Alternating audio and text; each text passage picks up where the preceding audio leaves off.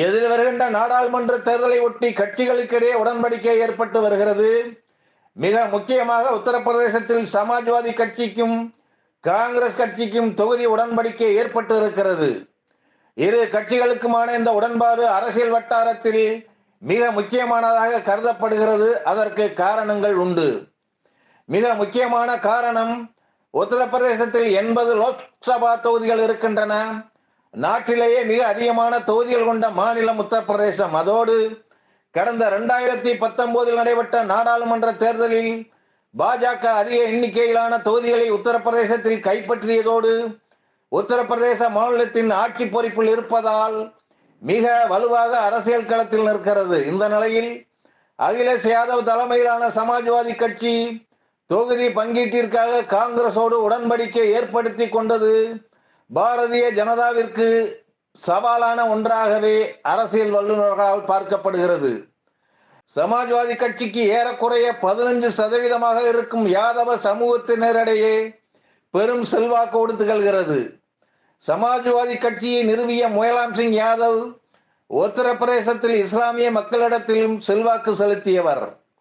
உத்தரப்பிரதேசத்தில் 18% இருக்கக்கூடிய இஸ்லாமியர்கள் பாஜகவினரால் கடும் நெருக்கடிக்கு இன்று ஆளாகி உள்ளனர். அதுவும் யோகி ஆதித்யநாத் தலைமையில் இருக்கும் பாஜகவின் கொடூரங்களுக்கு முகம் கொடுப்பவர்களாக இஸ்லாமியர்கள் இன்று இருக்கிறார்கள்.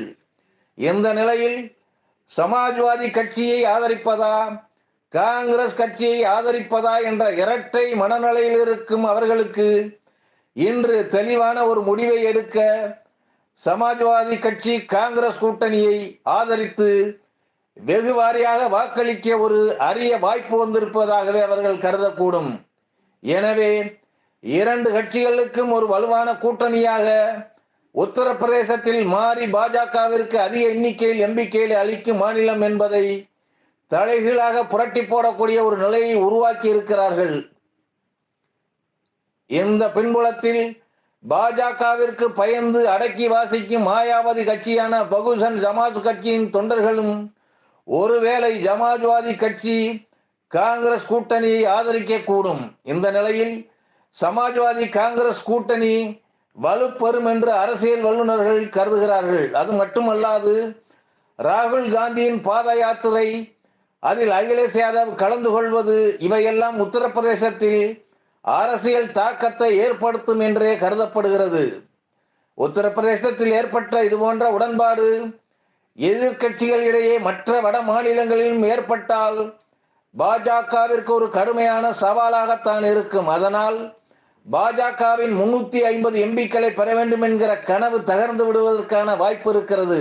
எனவே உத்தரப்பிரதேசத்தில் சமாஜ்வாதி கட்சிக்கும் காங்கிரஸ் கட்சிக்கும் ஏற்பட்ட உடன்பாடு பாஜகவிற்கு பின்னடைவாகவே கருதப்படுகிறது.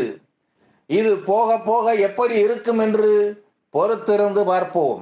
இந்த வீடியோ உங்களுக்கு பிடித்திருந்தா லைக் பண்ணுங்க, ஷேர் பண்ணுங்க.